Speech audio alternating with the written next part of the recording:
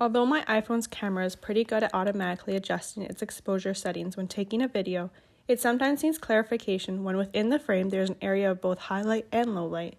If you'd like to adjust the exposure, simply tap on the screen which area you would like to enhance. Tapping on the dark part of the image will lighten the entire frame. Tapping on the light part of the image will darken the entire frame. Use this technique to get the exposure you want. If you cannot get physically closer when you are filming, you are able to zoom in during your recording. You can use the zoom before or during your recording, although it is best to set up the zoom first and use it for the entire clip, as it may be less distracting and looks more professional to your viewers. To zoom in, use 2 fingers and move your fingers outward on the screen. To zoom out, simply do the opposite by pinching your 2 fingers together on the screen.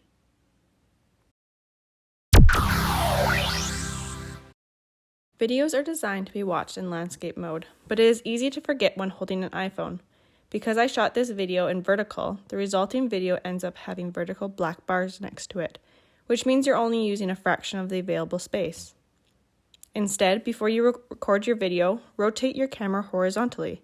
This way you can use all available space and the video will look more professional.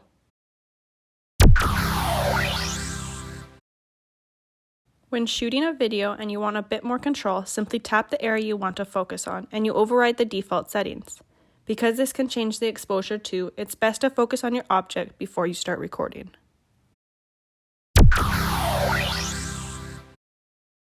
There are a few things you need to create a green screen. You'll need a green backdrop of some sort, a device to record and take pictures, and a green screen application.